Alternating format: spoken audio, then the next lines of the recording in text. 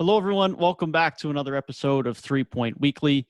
We're going to start off today talking about some of the bigger franchises in the NBA that are at risk of not making the playoffs, that being the Lakers and the Brooklyn Nets.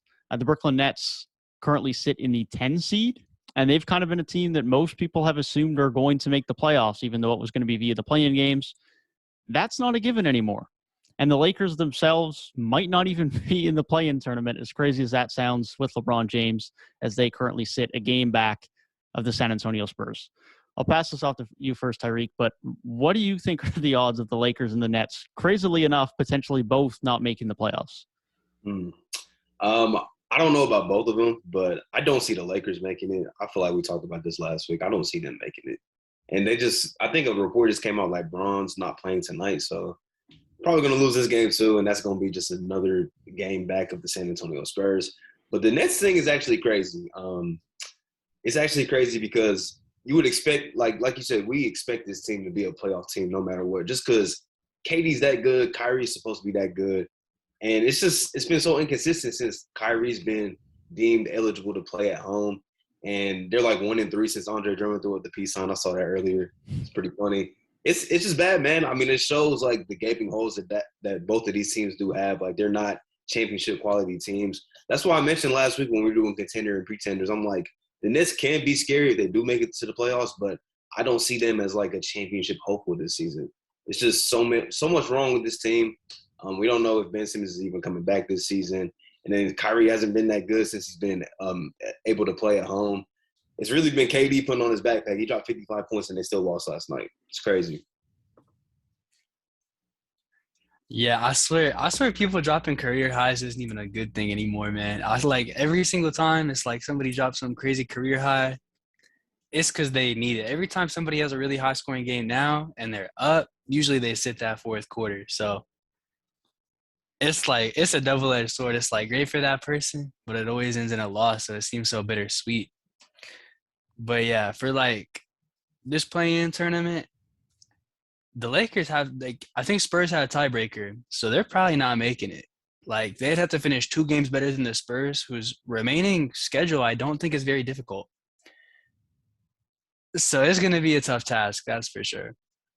And then on the east side with the Nets, they can still make it. I think they have the pieces, but it's like these supporting pieces have not been showing up for them. Like Katie and Kyrie, they combine for like 80 plus all the time. I shouldn't say all the time, but they did last night and they have a couple times. And most of those have not ended in wins. And so it's like, what is everybody else on this team doing? Because I know like Patty Mills can make some shots. A couple other players on the court can make some shots, but they're just not. Like I don't. They have the pieces to put it all together, but they just haven't been. And it's like to win 2 in a row against the Hornets, who just beat you recently, and have just been winning most of their games recently, if they move on and beat the loser of the Cavs and Hawks, who, if it ends up being the Hawks, are also hot right now, it doesn't look too great for you. Yeah, I think that lack of depth is really what's concerning. Like, you look at the game last night as of when we're recording this against the Hawks, they were missing a couple of guys, sure, that Bruce Brown, Seth Curry, LaMarcus Aldridge all not in the lineup, but they had nothing from anyone else. And like those guys are pretty key parts of this Brooklyn team right now. But when you're looking at a team that has to get through a couple of playing games and is then going to have a tough first round matchup, Seth Curry arguably being your third most valuable player to this team isn't overly reassuring. So some of these guys are going to have to step it up come playoff time if they're going to have any success. Patty Mills can't go 0-7 on the night if they're going to have any success. They're going to need some guys to step up. But the fact that everyone at the bottom of the East is playing so well right now is what makes it a little bit scary for them. Atlanta and Charlotte have both won 7 of their last 10. Gordon Hayward is now back for the Charlotte Hornets as well as of last night, although on limited minutes. It's not going to be easy for them to get out. It's definitely a lot less of a given than it probably was a few weeks ago. Yeah, we was talking before we even recorded. Like everybody else is kind of playing some of their best basketball this season. Especially the Hawks are really playing really well. You mentioned Charlotte; they've been really ramping it up lately too. So it's like you're going into a one-game situation against either one of those teams, and now you put yourself into a position where you might have to win 2 games to make the postseason. That's a tough ask. We saw the Grizzlies were able to do it last year, but that's asking a lot even for KD and Kyrie Irving, because in a one-game situation, anything can happen. It's basically just March Madness at that point. They need, and they almost need like the Hawks to cool off real quick, because I think if they get the 8 seed and they play this injured Cavs team, yeah, they can win one game. I think that's probably a pretty safe bet. Especially, out of the top of the East, Cavs are probably playing the worst out of anybody right now. So that's like the most beatable team there. So if they can get back up to that 8 seed, I think they have a pretty clear route. But if they can't, and either they don't win enough games or the Hawks just keep winning, or even if the Hornets just stay hot, because, they're tied right now, but Hornets have that tiebreaker as well. If they can't get up to an 8 seed where they're one game in, it's a real tough scene. Yeah, it's definitely going to be a tough uphill battle for them. It'll be interesting to see how the play-in tournament goes for them. They're going to have to play well to get 2 wins. As of right now, would both be on the road against a couple of these teams. I'm going to move up the Eastern Conference standings a bit, though. I know, Gabe, you were talking about a potential upset before we started recording of a 4 seed in the Eastern Conference. I'll let you give your thoughts about that. Hey, this is the most biased pick of my career, but hey, man, playoff James Harden. Hey, man, look, the Raptors have been playing really good basketball recently, and I don't want to be a homer, but it's like when you shorten the rotations, you're playing playoff basketball. The Raptors' biggest issue, high key, is depth. But when you don't use as much of that depth, they can make some noise. 8-2 in their last 10, won 5 in a row, beat some pretty good teams, but not a lot of those wins are against great teams, but taking care of business.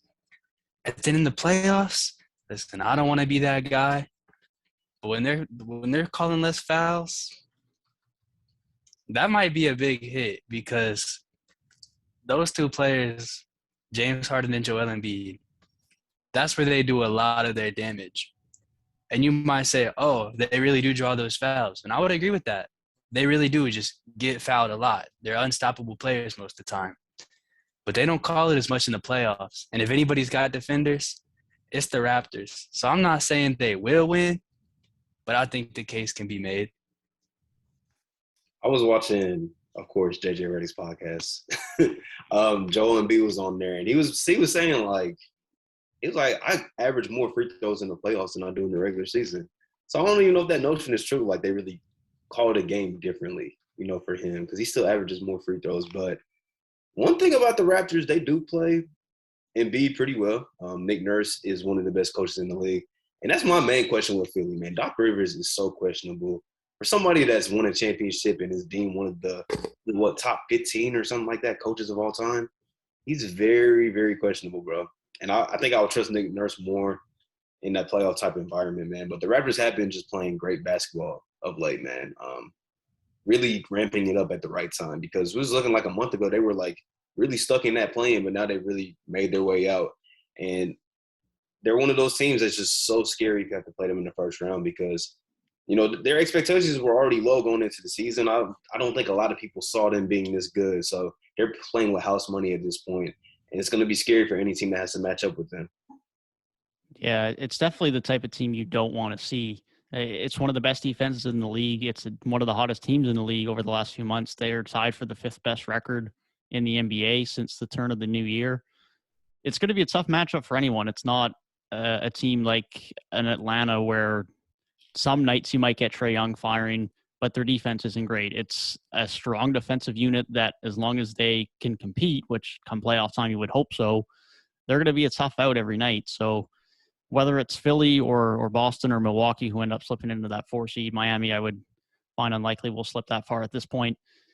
It's going to be a tough matchup. No one's going to be happy to see such a hard-working defensive team with, as you mentioned, Tyrik, a coach like Nick Nurse, heading into that series. So it's not necessarily that Toronto are going to be anywhere near a favorite in any series, but they're definitely going to be a tough out and are going to make any series difficult for any of those top teams. And we've seen before, I just want to, there's definitely some more nuance to this that I'm about to say it with. But last time it was really just Embiid without Simmons there in a playoff series. They went out in the first round. It didn't really look that close. I don't know if he can really just do it by himself, which means he's going to need some other people to step up. And that means you need some consistency from either James Harden, Tobias Harris, Tyrese Maxey, somebody. And I don't know if those are players you can rely on to be super consistent. It's So crazy. we'll just kind of have to see, because out of all three of those, Tyrese Maxey is so young. It's like hard to say, yeah, we got to trust this guy to be a number 2 in a playoff series. In a really competitive playoff series, I think it'll be not just like a 1 versus 8 or something. It's a lot, man. It sucks that I have to, like, my notion of James Harden is this low. That's all I was about But to it say. really is, man. Like, I do not know if he can show up in a playoff series. Because honestly, since like his first week in Philly, he really ain't been doing that much that special. The honeymoon phase is over, bro. He's not moving off the ball. He's not running flare actions anymore. He's not, engaged defensively.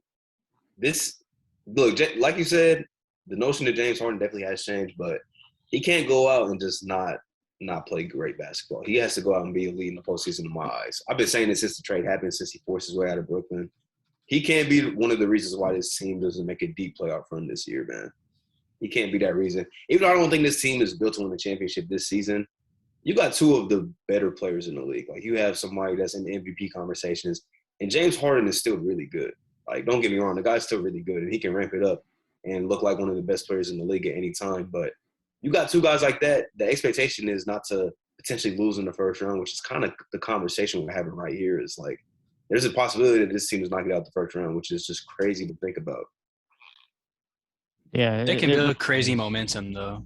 I'm looking at their schedule the rest of the year, and they play Cavs, where it's still pretty hurt, Pacers twice, Pistons, and 1 game against the Raptors. So if they win that, that can be that momentum into that specific matchup. And then they just played a really good game against the Hornets. Now, the Hornets don't play no type of defense, but a 30-point win is a 30-point win.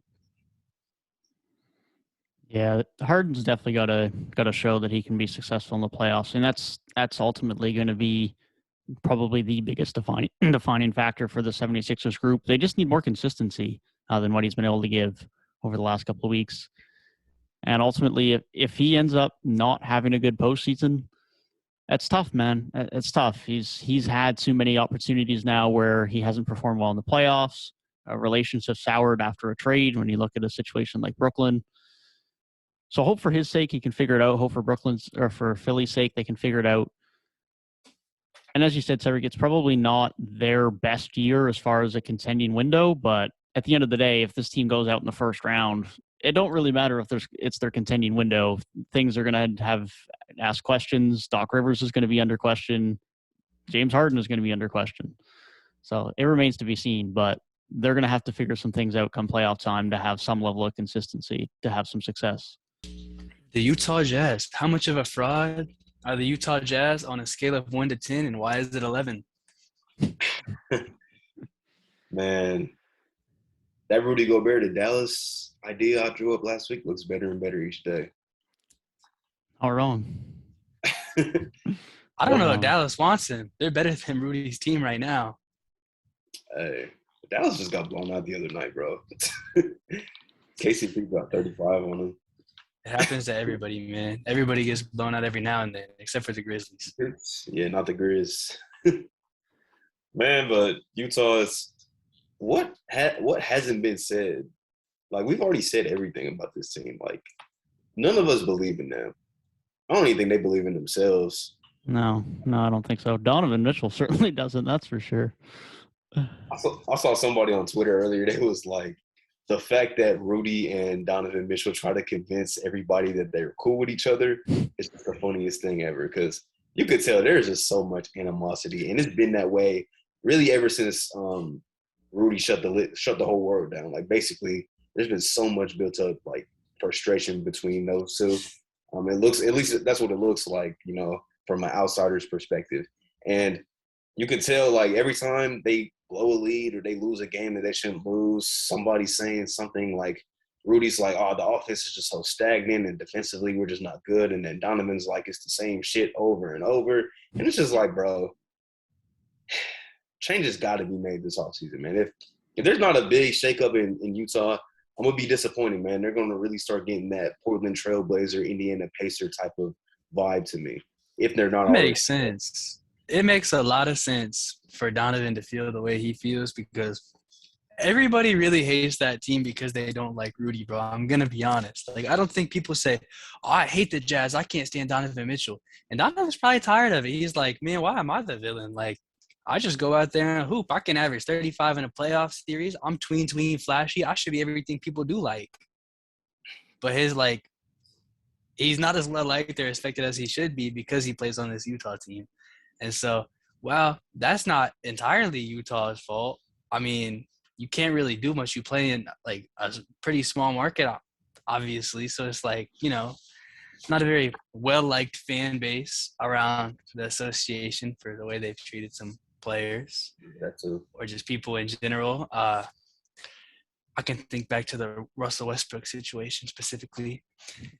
But, yeah, it's like now they've lost 6 of their last 7, the only win being against the Lakers. That looks pretty terrible. And then, they always say, like, when you're winning, you can really ignore the issues. It's just like a Band-Aid that goes over everything. No matter how deep-rooted your problems are, if you're winning, you're like, it's fine. It's perfectly okay.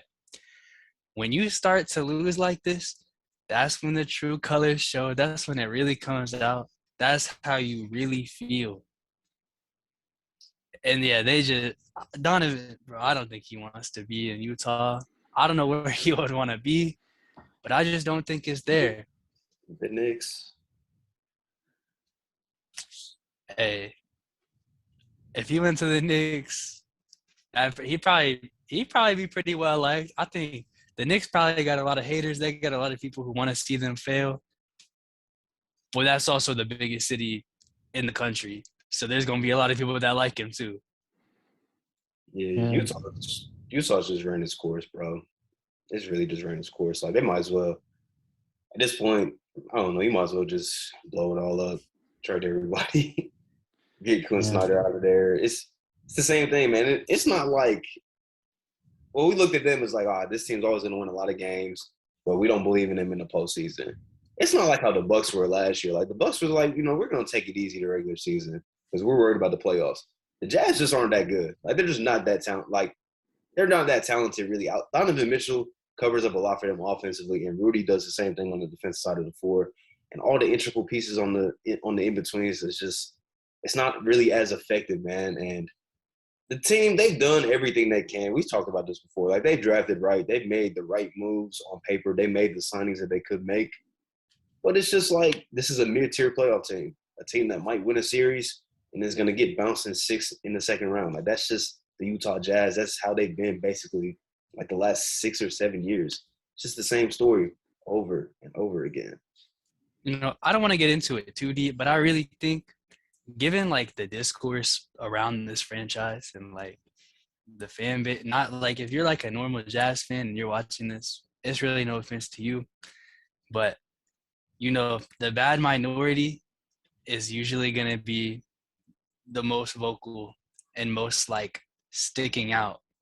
So I think because of those situations, because of the location, the market being so small, because they're so like disliked by everybody else around the league, I don't know if this franchise can like ever really win a title. And I think there's a couple franchises like that around the league. Obviously, eventually, if everything really falls into place, we've seen it happen before. But like, it just seems so unappealing for people to ever want to go there. And so it's like, I really don't know if you'll ever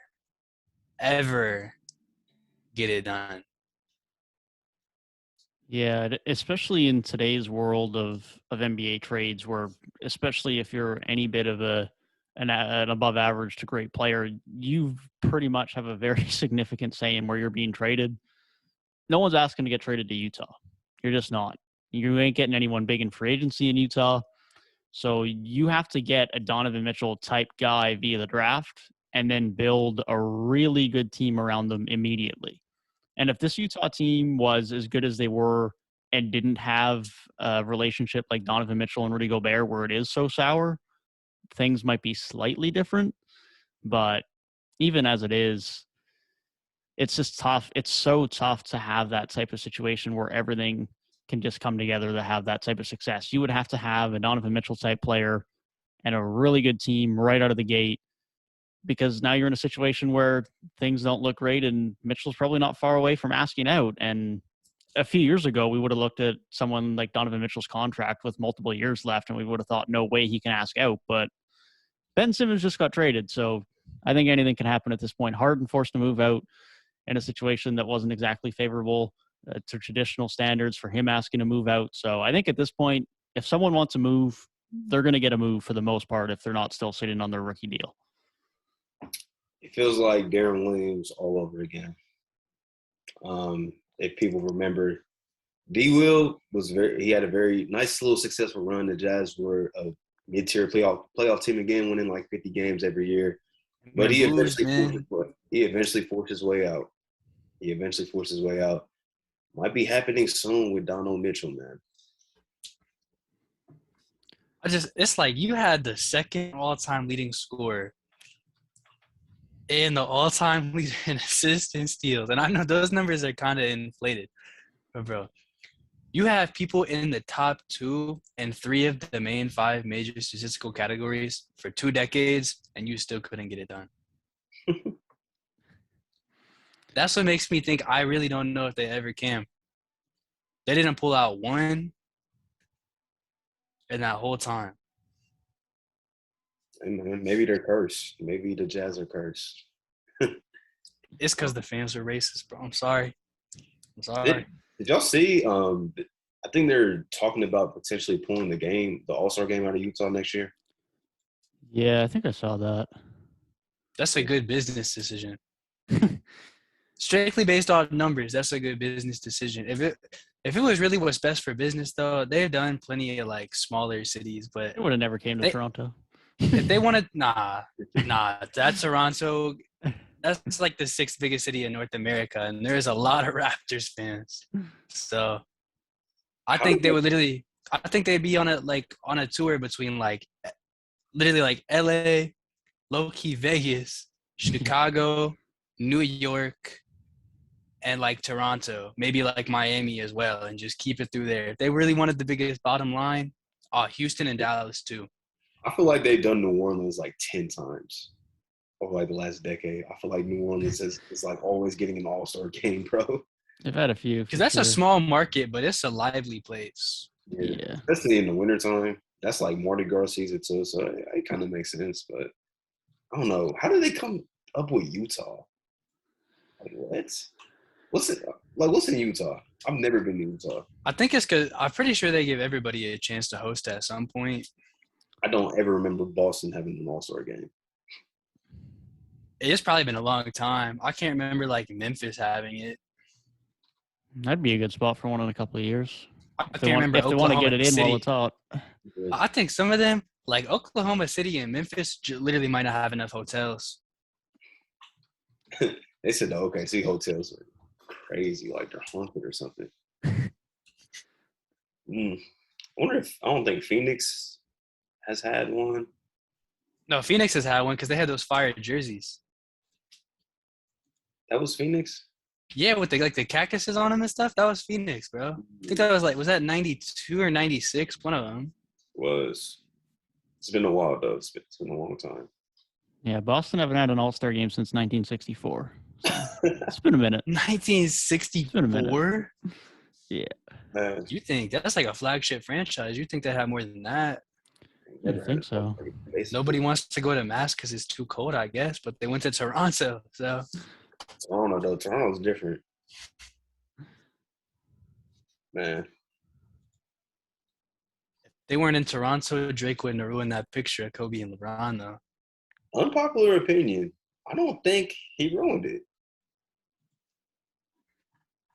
He didn't ruin it because it is Drake. If it was like a random guy, that would have been a lot worse. He had the Kobe jacket on. Like that just made it like like Kobe's.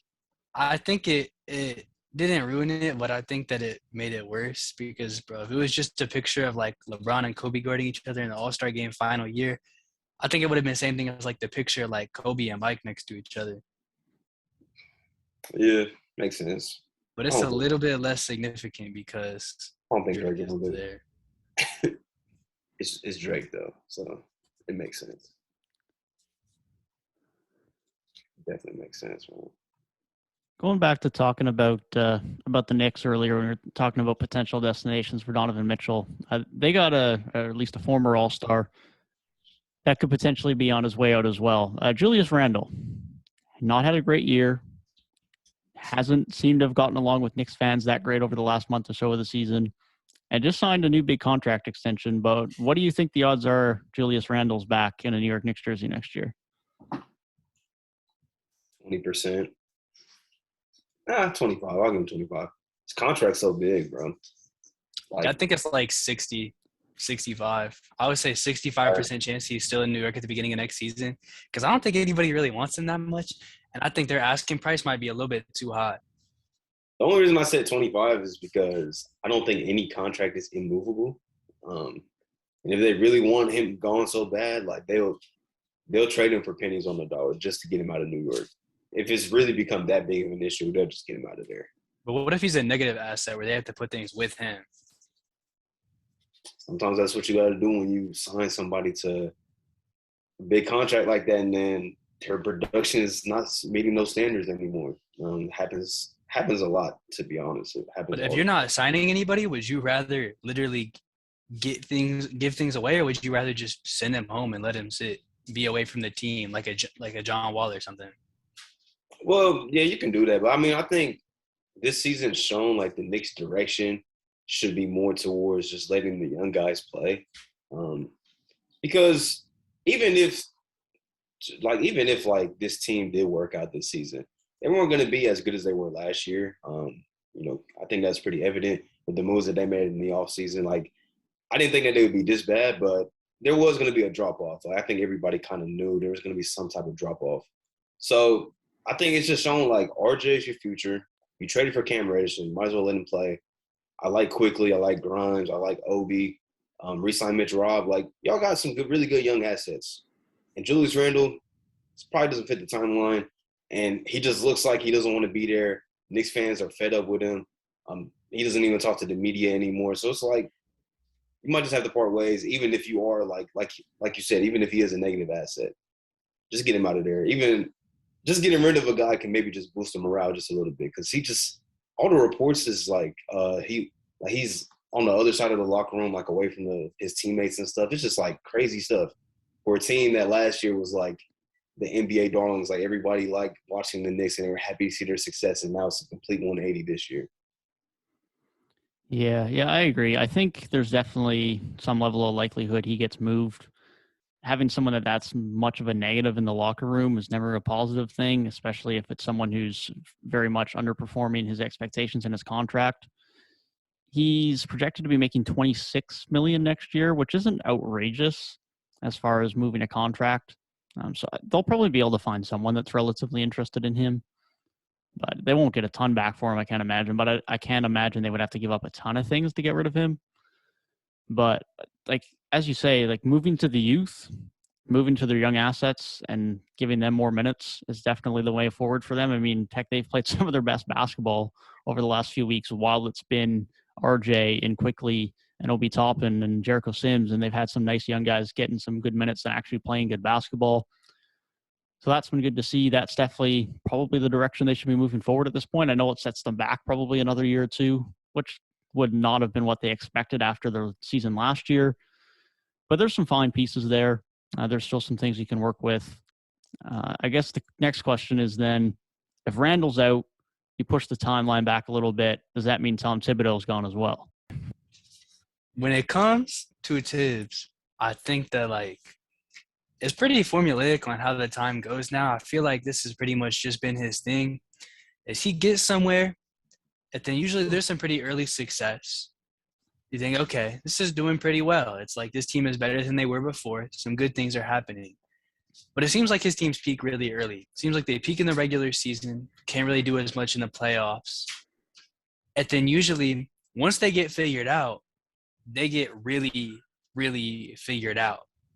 It's like you go into the future, and the team is not as good as they were at their peak.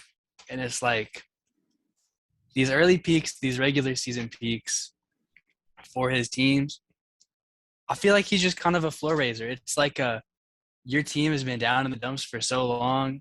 Let's get some happen. Like the Timberwolves, even honestly, like the Bulls aren't really doing much after Jordan and before Tibbs.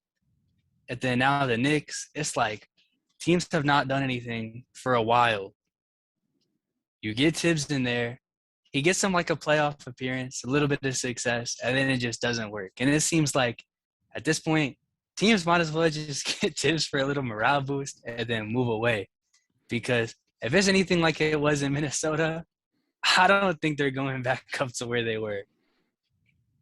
Yeah, he's very Doc Rivers-esque in a way. Like you said, a floor raiser. And it really is like the same thing, just a different team, I guess. Like his Bulls run was probably his best one, and then the Timberwolves was that 1 year, I guess, success that made the playoffs. But then after that, it was bad. He got fired. Everything that I've seen says they're bringing him back for next season, but it's the Knicks, so I wouldn't guarantee that is 100% accurate. He could easily get fired, in the offseason. It could easily happen. And if you go with the youth movement, I think it would be smarter to get a coach that can come in, help develop guys, and, just, learn with the new group instead of, Tibbs, who's trying to win. So he's going to play Alec Burks 35 minutes and Nerlens Noel 30 minutes when he's healthy. Like, that's just what Tibbs is going to try and do. So, to answer your question, Devin, are they going to move on? I think they might. I think I think they see what they have with this young group who's been playing pretty steady since they've, given them more playing time. So, like I said, it would be smart for them to get a coach. Kenny Atkinson always comes to mind when I say a young team because he's just so good at developing guys. So, just somebody like that can just really learn with this new group. Yeah, I agree. I think that would be the direction, especially if they're going young. I don't think Tibbs is a very great offensive coach. And so it's like, it's just so easy to expose his team's offenses when you're actually game planning for them. And that's why it's like, okay, we had a pretty solid regular season, but what have we seen the last 2 times the Tom Thibodeau team made the playoffs? They lost in 5 in the first round. So it's like you get there and the man just cannot – he's just not that guy in the playoffs. I'm sorry. And so if a team wants to hire him to like if the Sacramento Kings hired Tom Thibodeau because they said, okay, we haven't made the playoffs in 20 years and we want to go ahead and make it, okay, I'd be perfectly fine with that. You make a playoff appearance, just you need to get in the playoffs. Sure, go ahead.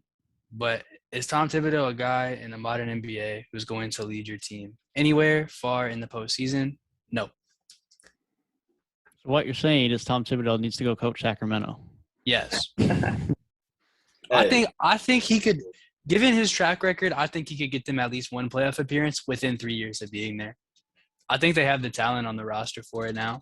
The thing, we're transitioning. The thing with the Kings, that roster on paper actually looks okay. Like, they look cool. And the way De'Aaron Fox played this second half of the season, he looks like an all-star caliber dude. We know Sabonis is an all-star guy. Davion's been killing recently. He's been playing very well. Yeah, and they got some pieces, man. I like Dante DiVincenzo. I like that pickup. And, they can get some, mid-tier free agents that can just help fill in some gaps. So I don't think, the Kings should be better than what they are. We'll see who the coach is next year.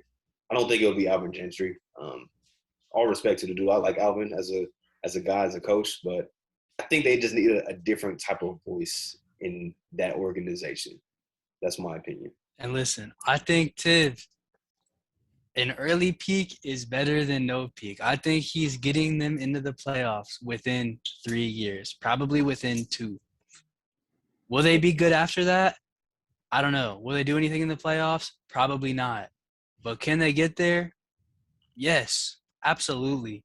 Bro, the Kings making the playoffs will be like that will be their NBA championship, bro. If they make it to the postseason, that's their NBA championship right there. Mark it down, man. If Tom Thibodeau and the Knicks part ways, Tom Thibodeau to the Kings and the Kings to the playoffs. In 3 years. I'll manifest it. Now, low key in like 2, bro. In 2. Honestly, if you look at it, the way the West is set up right now, they can make a push next year if they got 10. Yeah, they really could. If the Jazz blow it up, that's one less team. And I think we expect most of our landing spots for those guys aren't teams that would be on the up and up. It's like you say, Rudy to Dallas was already above them. So that's like one team out. Donovan I think he probably goes to the East. That's one out. That's already one spot up. If LeBron leaves the Lakers, all right, that's 2 more spots up. Now you're in the play-in. Portland might try and be better. Still remains to be seen what they do, but they can definitely push for the play-in next year. They're trading Dame, bro. I mean, I hope they do, but it's just his Dame's value. Believe it. Dame's value is at his lowest right now. That's why he's still on the roster. Well, as soon as he starts hitting some tween step back 3. I was watching Kenny's video earlier, and he was basically saying like, we all want to see Dame get traded, but he's not going. He's not going. Yeah. He's not going to do it. Yeah, unfortunately not. They're gonna Isaiah Thomason, man. I ain't gonna lie. I tried to do a rebuild with them on 2K, and it was like it's like impossible, bro. It's like impossible, bro. Will the Trailblazers ever get another ring challenge? It's like the main trade to make Dame. Like, there's really not that many landing spots, bro, that makes sense for both teams. The only one I could draw up was Dame to the Celtics for Jaylen Brown. Of course you could draw up Dame to the Celtics. No, that was like the only trade that actually made sense. All the other trades did not make sense. I'm like, I guess I'll do this trade. And even then, I don't know. I don't know how much better that will make Boston. I don't know how much, Portland might benefit a little bit, but I don't know. They're gonna have an interesting offseason for sure.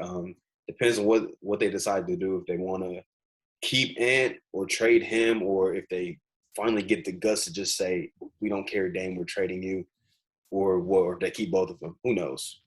I think they're probably going to keep both of them and be like, Dame and CJ part 2. Let's get it. That's because they want to be the Warriors so bad, man. They see Steph and Jordan Poole balling out, and they're like, oh, that's us. Oh, my God. Jordan Poole, that man has really a nasty game, bro. Is Jordan Poole the 6th man of the year? No, but he's okay. I was about to say, I was trying to see if I could get a hot take out of you, because I think we know who it is. I've been rocking with Tyler Hero all season long. I'm not jumping shit now. Like, what? That's the guy. Hey. Hero's like dang near the Heat's most important player. Facts. On offense at least. They were a one. Let's just say they were a 1 seed with Bam out. They were a 1 seed with Jimmy out. They were a 1 seed with Kyle out. What happened as soon as Tyler Hero got injured? It was like a 3 seed for a minute. Yeah. Yeah, that's the one thing that scares me about that team is they are reliant on Tyler Hero come playoff time on offense. And I like Tyler Hero, but you look across the rest of the Eastern Conference, it's arguably one of the worst closers in the conference. And Hero's good, but he's not like I'm leading you to a title good. Not yet, at least. Who's a more reliable closer in the playoffs, Tyler Hero or DeMar DeRozan? I mean, I got to give it to Hero, I guess, but DeMar's got some experience, but I haven't seen anything from him. Tyler Hero or James Harden? I mean, I'm trusting Joel more than James Harden, to be honest. Bro, the thing is, Joel has never been their closer in the playoffs, though. That's the thing. Yeah. Like, Jimmy was their closer, and then the bubble, they just got smacked. And then we saw them not having a true closer was what sold them against the Hawks. I think Joel's different now, though. Joel's different now. Yeah. I don't know. Okay. Celtics might have the best. Nah, actually, I don't even know. Chris Middleton really be closing out playoff games, bro. He does. If we I don't know how we got this deep into the pod and we ain't talked about the Bucks one bit. But man, if the way Drew Holiday's been playing, because people forget he was bad offensively in the postseason last year. Like he had a couple games, maybe one or two games a series where he played good, but other than that, he was going like 4 for 20 some games. The way he's been playing this season and the way he's also been closing games out, he's had several games over the last month where he's really just turned it up in the fourth quarter. Between him, Middleton, and Giannis, bro, this team just looks scarier by the second, bro. Like we talked about them last week. Like that's the team we're most confident in the Eastern Conference. I think now they're way above the field, man. I think They're losing to the Mavericks right now. that's fun. I know Rocco dropped 43 on them the other night. They kind of got blown out, but I ain't worried about all that. What Giannis showed me against Philly and what he showed me against the Nets is that this is the best player in the world right now. Yep. Giannis is the best player in the NBA. He literally hit a step back three to beat KD's team. Got a game-saving block against Embiid. He just drops like 40 at will. It doesn't even seem like he drops 40. You just like look at the box score and you're like, he has 40. Like it just happens. And it's no longer him just putting his head down and charging over people. Like he actually kind of got a little bag now. Like he got the turnaround jump shot in the post. He's been shooting that pull-up jump shot nice, at least over the last couple of weeks he has. And then his playmaking is a lot improved. I don't think that gets talked about enough. He's basically averaging like 6 assists a night. The defense, we know what he is defensively. Like that Joel block, he just makes a play like that. It's like every game where it's like, how did he get there? How did he make that play? Dude's incredible, man. And it's hard to even like pick at his game or anything or like throw shade at him because he gets better each year. And, you know, it's like he's probably touching like the surface of how great he's actually going to be, which is scary. It's just hard to talk about the Bucks because it's like to me and I think to most people they're the favorite, and so it's like, what else really is there to say besides Giannis has kind of cemented himself as the best player in the league? But a lot of people could have made the argument that he was the best player in the league a year ago. I don't think it was that set though, man. And I even think this season, like there were times where I said Joel looks like the best player on earth right now, and then Jokic is always dominant. And then KD is like ridiculous. So I don't think it was set, but right now, it looks like he's the best player in the world, and it's not as close as maybe people think. Yeah, I completely agree with that. I made a tweet out this week to a similar extent, and I basically just said similar to kind of how LeBron was towards the back end of his time, where he was still considered the best player in the league, where people thought he was, but there was some debate. They weren't sure. And then the playoffs would come around and he'd cement himself. And then everyone was like, okay, LeBron's still the best player in the world. I feel like Giannis is at the start of that stage of where he'll probably be at that for a while now, where he had his very good playoff run last year. He was dominant. The discourse is about him, potential best player in the league. And there was still debate about that throughout the regular season. But I feel like now over the last couple of weeks, he's kind of taken another step forward. He's just locked in that much more as we get closer to the playoffs. So not that he's been truly coasting and not caring throughout the regular season, because we know Giannis is always someone who puts in work and works hard and competes. But I feel like he's just hit that other level over the last couple of weeks now where he's ramping up the playoff time. He's getting ready for those playoff performances and that level of intensity. And in those big matchups, he's just showing another level of talent and athleticism that I feel like no one else in the league just has. And if he has another deep playoff run again this year, another successful playoff run again this year, I think it's just going to further cement that case of Giannis is the best player in the world, and he's proven it in the playoffs, which is what really gets the recognition. Yeah, that's really what set him above last year was that playoff run. I mean, you drop 50 in a finals game, they finally got to respect you. If you say, oh, he just does this one thing, like he's literally in the highest level you can be at the NBA finals, and they still can't stop it. And now he's doing even more than that. Then it's like, I think the main thing is when you're like this season, you can like I've said that different people might be the best player in the world. I think even when LeBron was on top for like 8 years straight, and we knew that LeBron was the best player in the league, there was always that conversation of, oh, is Kobe the best player in the world right now? Is Kevin Durant the best player in the world right now? Is Steph Curry the best player in the world right now? Because they would have stretches where they looked like the best. But who was that consistent guy that always had that argument the whole time? It was LeBron. And that's why everybody said he was the best player in the league over that whole stretch. That's about to be Giannis. Jokic is going to have crazy stretches because his stat sheet is amazing, and I would say his offense is a little bit more flashy, more highlight driven as compared to Giannis, and so he might look better at stretches. But I think Giannis's defense is as good as Jokic's offense. If that's a hot take, tell me, but I think that's true. But then I think Giannis's offense is better than Jokic's defense. Not saying Jokic is a slouch, but Giannis is a very good offensive player now. And so I think that sets him above him. I think he's better than Embiid on both ends. They might have stretches where they look better, but overall, consistently for the next 5 years or so, give me Giannis the best in the league. It's crazy to think he's only 27. That's Crazy. ridiculous. His resume looks like he's like a 15-year vet, man. He's only 27 years old. I guess the question is just like, how long can he keep this up? Like, I wonder how long his prime is going to be. And, I mean, I think a lot of people probably had the notion of, hey, he got that championship last season. That's good. And I feel like a lot of people was like, this Bucks team might not win another one. But right now it's looking like they're ramping it up and they have a chance to win another championship this year, which is crazy to say because 2 years ago the conversation was Giannis just can't get it done in the postseason, man. But now they made the right moves. They're getting healthy at the right time. This team's deadly, and like we said, they are heads and shoulders above every other Eastern Conference team. Yeah, I honestly, I fully believe that the Suns and the Bucks are just miles ahead, and that should be the likely finals matchup. If either of those teams lose before the finals, I'd be quite surprised personally. Let me ask you guys while we're on this subject. If they make the finals again and have this rematch, and they both continue to be this good going forward, because I think we've seen that they can be. I think, like we just said, Giannis is only 27. The Suns just had Chris Paul out, and they were still a great team. So we know even if he continues to age and decline, they'll be fine. Could this become an all-time rivalry? Is this the next Cavs-Warriors? Because Cavs-Warriors really just started with them going to back-to-back finals against each other. It's possible, but I don't think long-term, specifically from the Suns, as CP3 gets older, the Suns would be as much of a lock to get into the finals. Specifically, if you look at a Mavericks team and what they do over the next few years with Luka, a Memphis team that's probably only going to get better.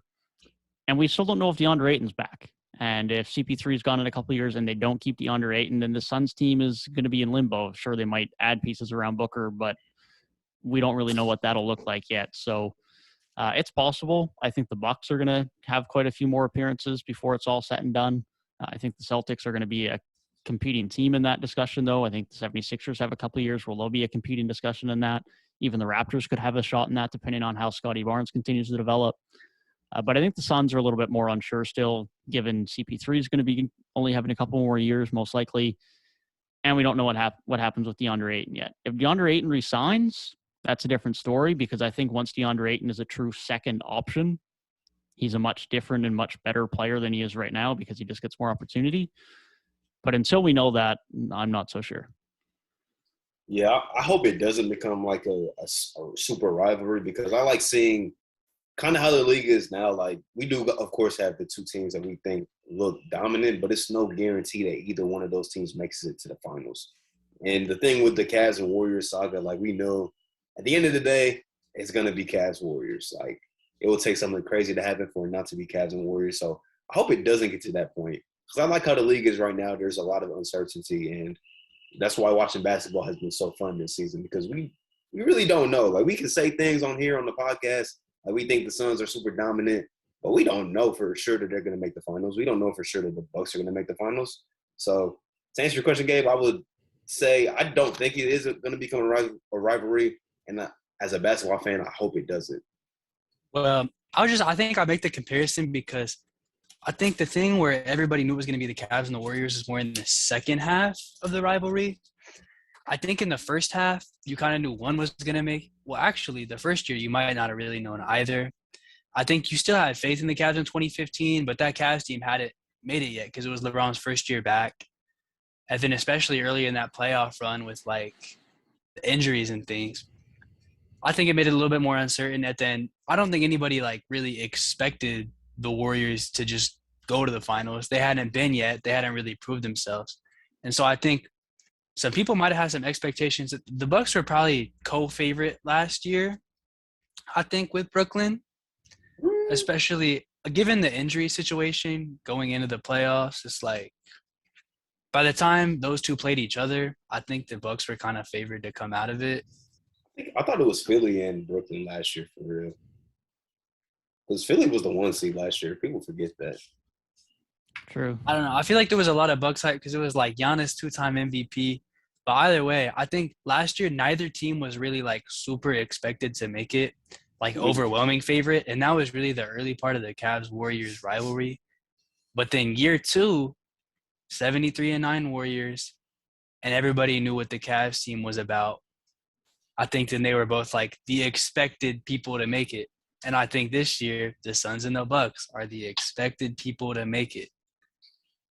I'll say something about this. Both of those teams are relatively small markets, which is a W. You also look at the Grizzlies, who got 55 wins, small market. And then there's like a bunch of other teams are just thriving as small market situations. And I just think that's good for the league, man. It's not like the Knicks and the Lakers and the, big markets that are really super dominant, man. It's a nice variety, a nice mix. And we're talking about the top 2 teams that at least we expect to potentially meet in the finals again.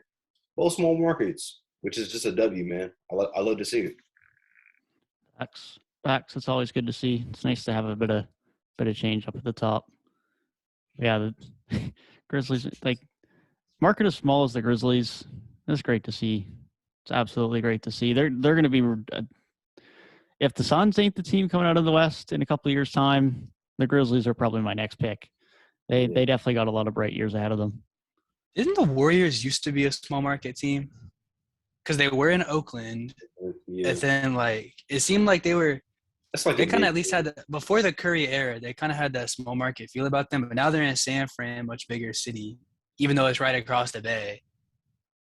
But I don't know. I feel like if you ask people like 10 years ago, 15 years ago, especially, they would probably call Golden State a small market. So it's crazy how that kind of dynamic is shifted for them.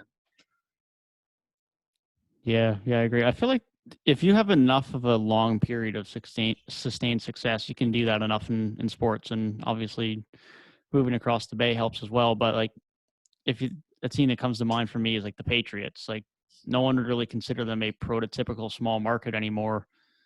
But having Tom Brady around for a long time will certainly help that. And now as long as they maintain some level of relevancy for a while, they'll probably continue to be some level of a very big market NFL team as opposed to before where they were nowhere near that level. So that level of sustained success can definitely help things. And obviously Golden State have benefited from that quite wildly.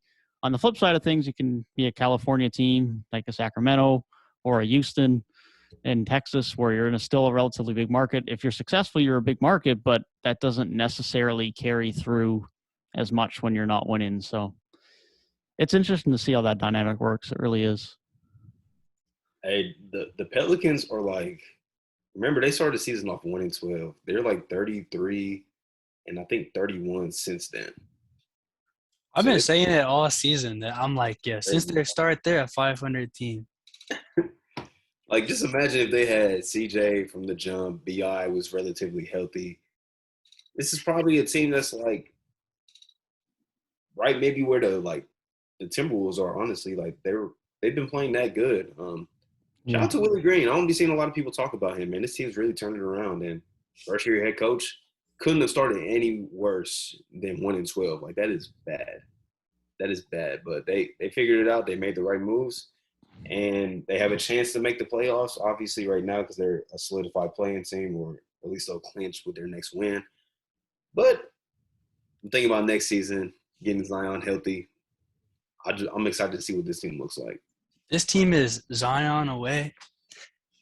They're like a Zion-level player away from being a playoff lock. And they already have a Zion Williamson-level player on the roster. Yep. Yeah, the Western Conference is going to be fun next year, just in general. Pelicans will have to be a part of that, but like that team is just the Pelicans so nice. might be like the 7th or 8th best team next year, even if Zion's healthy all year. Yep. That team, the supporting cast wild. is just like that supporting cast is cool, bro. Like that starting lineup of what CJ, and then like whoever they start at the other guard spot, Yeah, they got to Ingram, figure out their point Zion, guard and spot. Valanciunas. I feel like they got to start Herb. Yeah. Herb I for don't, the defense. I don't know how they do that. I don't. Yeah. Point I don't. CJ looking nice though. I like Point It's CJ. got Herb listed as power forward. So if they're starting a lineup of like Ingram as shooting guard, Zion or Herb at the 3, then the other one at then Valanciunas, that's a big lineup. But I think CJ can play lead guard. He has been really well. Exactly. So I Yeah. think that he can play lead guard on a solid team. I think he just didn't for a long time because who he was playing with. Yep.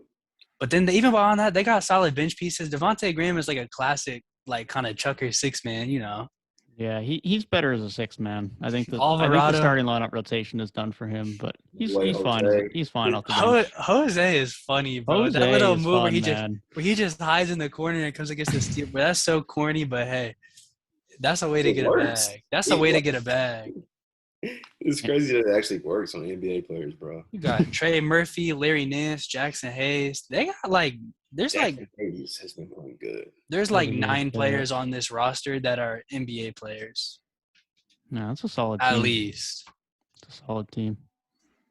Yeah, like you said, the West is going to be ridiculous. 'Cause it just came to mind. The Nuggets are going to be healthy. Nuggets are going to be better. Clippers are going to be better. Clippers are missing a Pelicans will be top better. 5 player, bro. Kawhi Leonard is a top 5 player. They're missing a top 5 player, bro. And they're a 500 team. Yeah. Yeah, it's absolutely crazy. If the Lakers were missing LeBron, that team is like a 20-win team. The Clippers are missing Kawhi, and they're still like 500. 20 might be generous. If the Bucks are missing Giannis, they might be okay, but I still think they're like a 30-win team.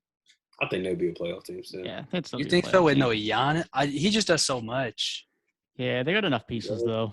They got enough around them. I think Drew and Chris Middleton, and then you got Grayson Allen, you got Bobby Portis. I think you still got enough there. I think they're still, what are they, 48 wins this year? Yeah. They're probably about 500. I don't know. I saw Drew and Anthony Davis be not consistently in the playoffs. So I'm like, Drew and Chris Middleton. I don't know, man. I think Coach Bud he's one of those coaches that he gets the most out of the list. Okay, yeah, I'll give you that, but they're significantly worse. I think the Bucks without Giannis are worse than the Clippers with no Kawhi. And if you give me the Sixers without Joel, bro, the process restarts.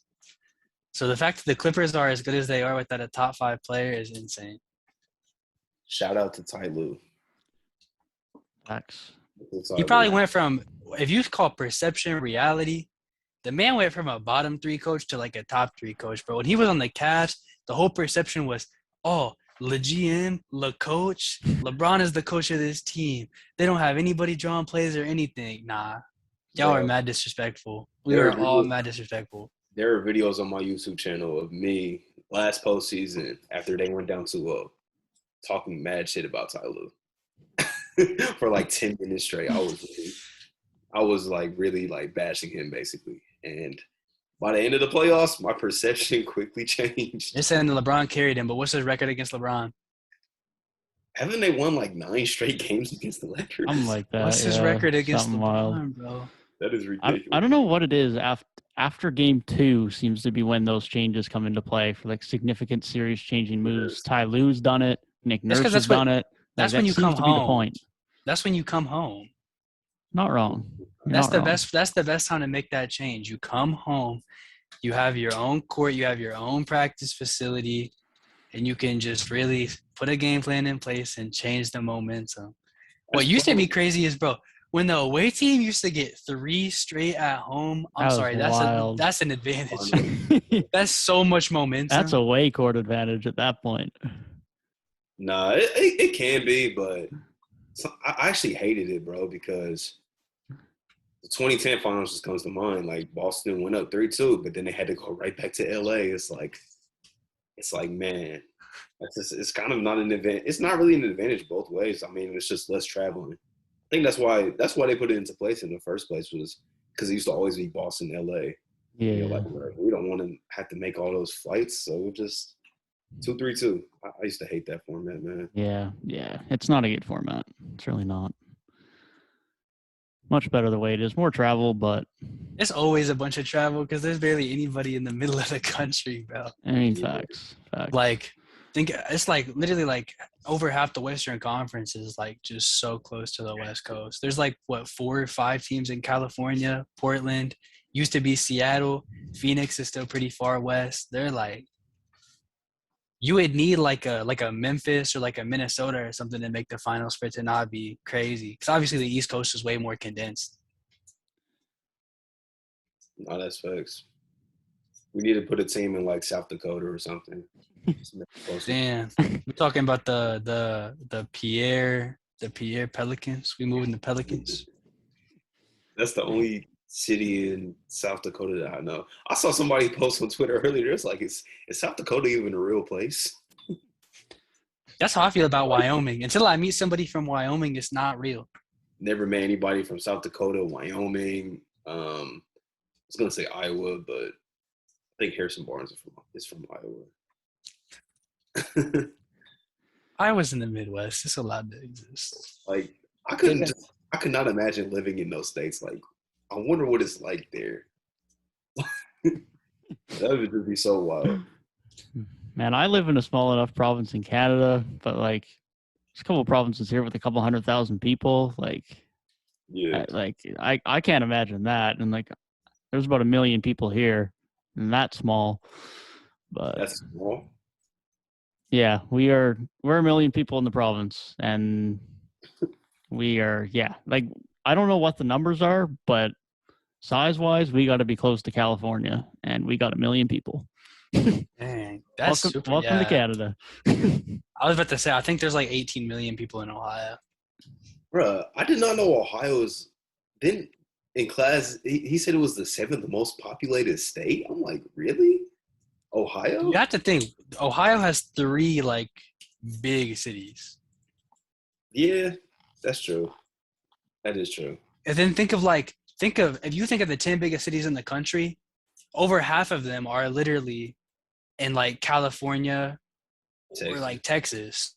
Yeah. And then there's New York and Chicago, which is like New York and like Illinois. No, But then true. take out those 4 and it's like what states are really that populated? Because so much of the population is in like those couple of places. Yeah. Probably Jersey has a lot of people. Florida has a lot of people. Yeah. Just wild. Yeah, we're the same way here. It's like 50% of the population lives within like 4 or 5 hours of Toronto, and then it's just everyone else. That's crazy that it's not even the capital either. Like, how many people live in like Ottawa area? It's like a bit under 1 million, I think. So, how many people live in Toronto? I think greater area, like, I guess it depends how greater area you want to define it, but greater area, like 4 million, 5 million, I think. But there's so many suburbs. Okay, about 6 million. But there's so many suburbs around Toronto. It's just, everyone's in Toronto.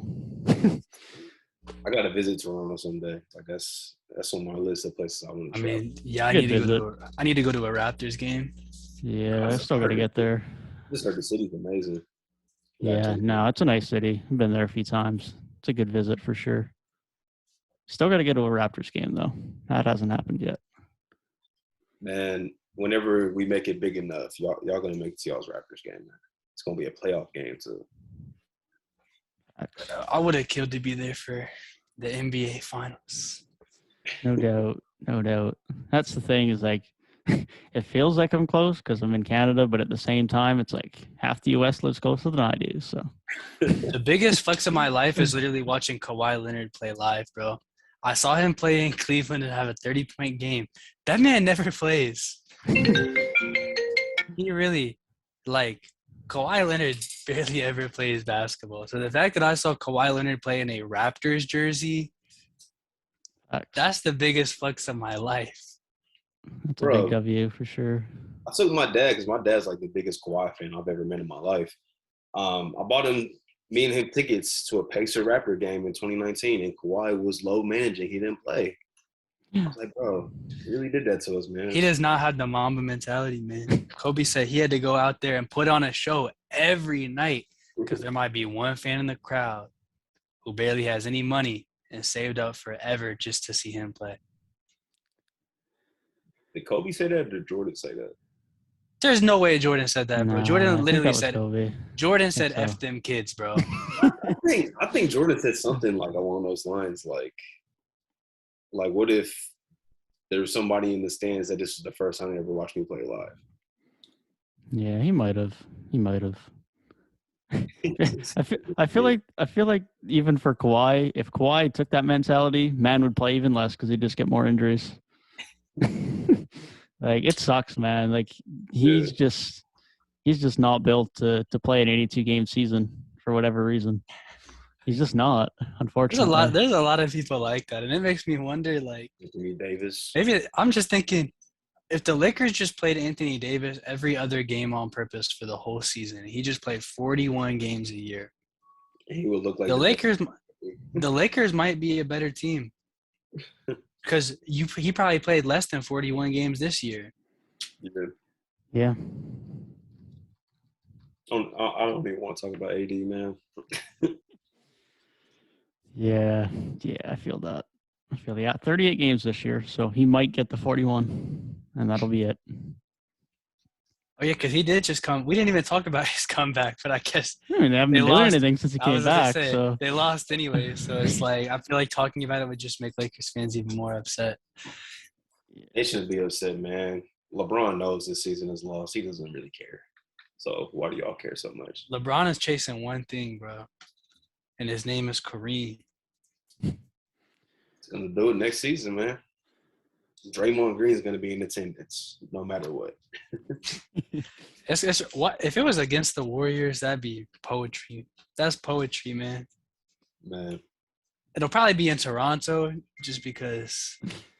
It'll probably be a random game against the Kings.